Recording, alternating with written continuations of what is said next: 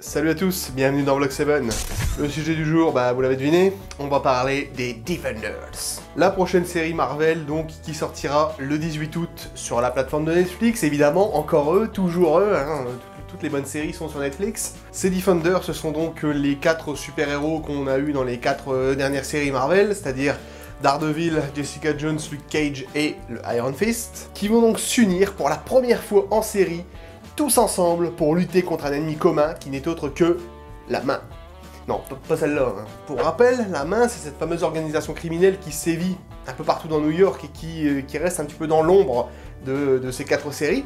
Et donc, nos héros vont enfin devoir s'unir pour combattre cette gigantesque organisation criminelle et qui est peut-être dirigée par Sigourney Weaver, parce que oui, Sigourney Weaver est au casting, et ça c'est plutôt cool d'avoir une actrice aussi charismatique qu'elle dans une petite série Netflix comme ça, enfin petite entre autres, parce que c'est quand même du Marvel, donc forcément c'est pas du petit budget non plus, mais ce que je veux dire c'est que c'est quand même assez cool d'avoir une actrice quand même aussi charismatique que Sigourney Weaver, et surtout dans un rôle de méchante apparemment bien badass. Et du coup, comme je vous parle des Defenders, je vais en profiter pour vous donner mon avis sur ces 4 séries, vous dire un petit peu mon ressenti et ce que j'en ai pensé. On commence donc avec la première, Daredevil.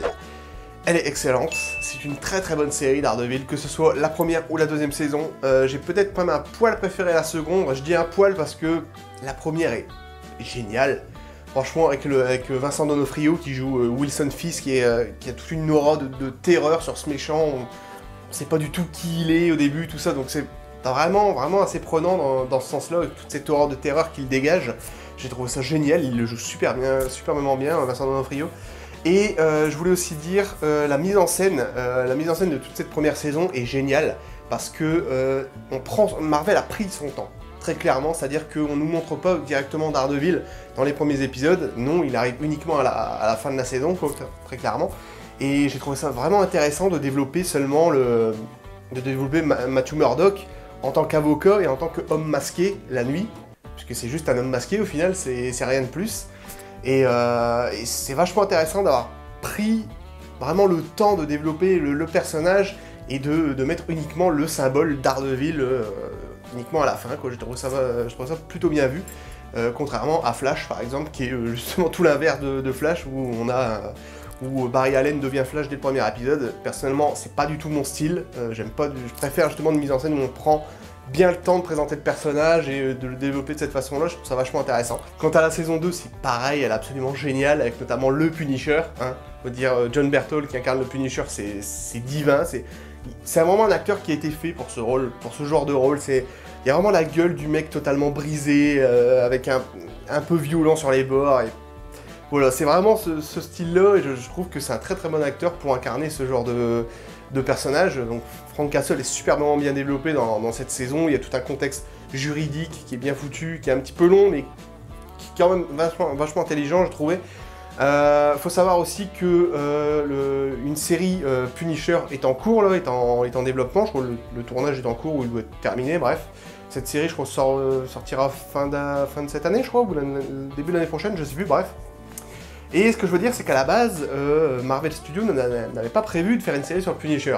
Ça a été rajouté au calendrier Marvel parce que beaucoup de gens étaient très réceptifs à la prestation de John Bertal, et c'est vrai qu'il le joue vraiment bien, ce Punisher, donc c'est plutôt cool d'avoir des bonnes critiques comme ça d'un personnage, puisqu'au final, Marvel se décide à en faire carrément une série à son nom. Un autre personnage que j'ai surkiffé dans cette deuxième saison, Elektra. Elle est juste géniale, j'ai adoré ce personnage, j'ai adoré Elodie Yung qui l'interprète, qui est une française, Elodie Yung quand même, donc ça fait plaisir de voir une française au casting de Marvel. Et ce que je veux dire, c'est que j'ai beaucoup aimé l'écriture du personnage et son style, quand même ultra badass, super belle et tout.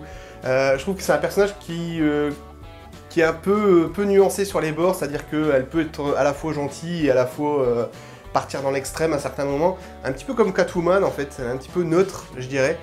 C'est marrant un petit peu la comparaison que je suis en train de faire, parce que je trouve que l'univers de Daredevil est très proche de l'univers de Batman, très clairement, de Gotham City. Hell's Kitchen, c'est un petit peu le même style, je dirais, dans la criminalité, avec la folie en moins. À Gotham, ils sont à Gotham ils sont tous tarés, c'est pas compliqué. Là, dans Manhattan, à New York, dans ce quartier, ils sont un petit peu plus lucides, quoi, on va dire, mais il y a un fort taux de criminalité. Et donc je trouve que Will se rapproche assez d'un personnage assez nuancé comme Catwoman, et elle le joue vraiment très très bien. J'ai adoré aussi, un truc que j'ai surkiffé, c'est le costume. Alors là, big up hein, au costumier ou à la costumière de chez Marvel. Continuez à faire du boulot comme ça parce que le costume d'Elektra est absolument sublime. Il y a vraiment quelque chose d'original, tout en noir, avec un foulard rouge qu'elle peut mettre jusqu'à son nez. Je trouve ça génial. Je trouve que c'est une superbe bonne idée au final parce que généralement, on le sait, les masques des super-héros, en principe, ils arrivent à ce niveau-là.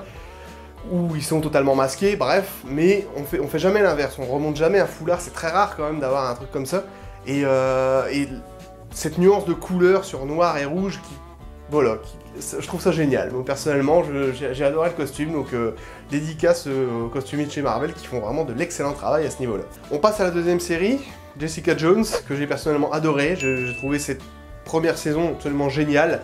Elle est vraiment stylée, le personnage de Jessica Jones est très bien écrit, cette fille un petit peu dépravée, qui en a un peu rien à foutre de tout, qui vit limite comme une clodo, et qui en même temps est une très bonne détective, très intelligente, et qui arrive toujours à avoir un coup d'avance, en quelque sorte, parce que dans cette première saison, il y a quand même un méchant assez charismatique, un Killgrave qui est quand même un bon méchant pour commencer pour une première saison. Je trouve qu'il y avait un pouvoir assez intéressant et je trouve que ça fonctionnait plutôt bien et j'ai trouvé cette saison vraiment prenante et j'ai très hâte de voir une deuxième saison qui a d'ailleurs été confirmée par Marvel, heureusement.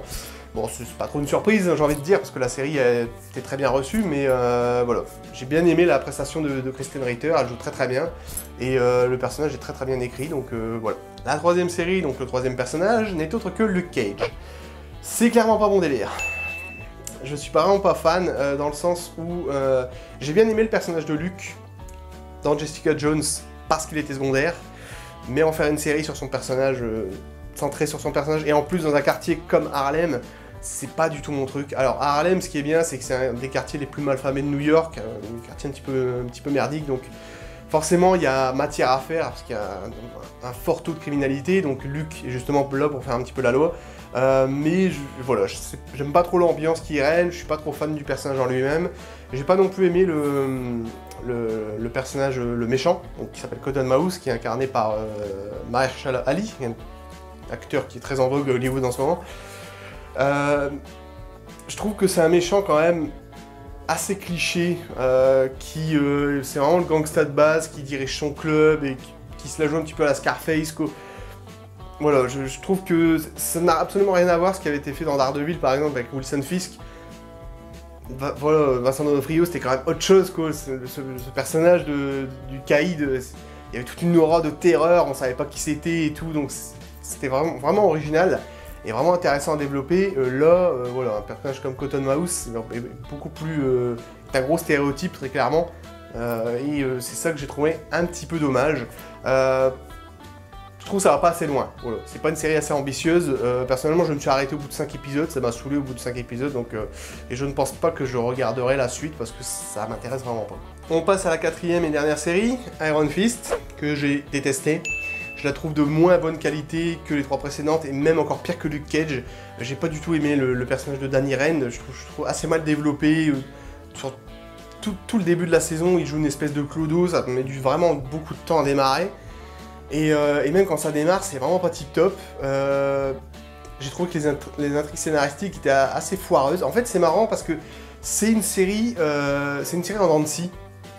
Très clairement, on a des épisodes qui font...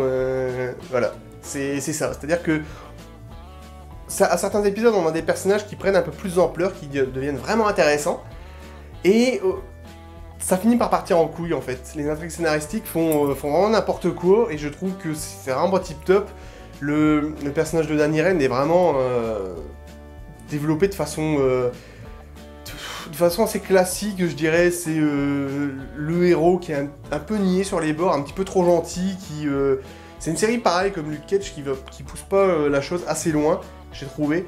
Et il reste vraiment centré sur ses idéaux, sur il faut que je protège mon temple, je suis le Iron Fist, le guerrier immortel au point d'acier, ce genre de choses. Et Voilà, je trouve que ça va pas assez loin, les combats sont pas tip top par rapport à ce qu'on avait pu voir dans Daredevil, par exemple, avec des combats de ouf en un plan séquence, enfin, c'était génial. Là, on n'a pas ce genre de choses, ce qui est dommage pour une série qui se base justement sur les arts martiaux, donc voilà, j'ai trouvé ça assez limite et les intrigues beaucoup trop foireuses, donc non, très clairement, je n'ai pas du tout apprécié ce Iron Fist et je pense même pas que je verrai la saison 2, à moins qu'elle ait des critiques absolument gigantesques et exceptionnelles, mais sinon, non, enfin, ça m'intéresse vraiment pas. Par contre, par rapport à Luke Cage, je l'ai vraiment suivi jusqu'au bout parce que je l'ai trouvé assez prenante.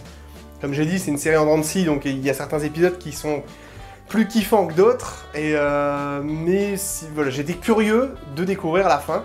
Mais sinon, voilà, je suis quand même resté sur ma faim, pour faire un jeu de mots à la con. Voilà, c'est dommage. Donc voilà pour mon avis sur ces 4 séries. J'ai très hâte, comme beaucoup, de découvrir les Defenders. Je pense que les personnages comme Luke Cage ou Iron Fist, que je n'ai pas forcément apprécié, je vais certainement plus les aimer dans les Defenders, dans le sens où ils seront plus secondaires, donc ils auront peut-être des rôles un peu plus intéressants, et les enjeux donc, seront aussi également plus gros. C'est pour ça que je pense que ça va être la plus grosse série Marvel de chez Marvel Netflix. Je pense que ça va être la plus grosse en termes d'audience, personnellement, parce que généralement le public est assez réceptif à voir les super-héros réunis tous ensemble. C'est toujours plus cool, quoi, on va dire. Et les enjeux sont toujours plus forts, donc forcément c'est un peu plus intéressant. J'ai très hâte aussi de redécouvrir Elektra, hein, dans un nouveau costume, cette fois-ci. Costume assez classe, avec un peu plus de rouge apparemment. Et Sigourney Weaver aussi, de voir un petit peu son rôle de grande méchante badass, probablement la grande méchante ultime, la directrice de la main, quoi. Probablement, on verra bien, mais j'ai très hâte de voir un petit peu, de voir cette méchante badass. Sera-t-elle aussi cool qu'un Wilson Fisk? On verra. En tout cas, je vous dis à la prochaine pour de nouvelles vidéos, et rendez-vous le 18 août sur Netflix pour découvrir les Defenders, car ils sont là et ils vont attaquer en force. Ciao!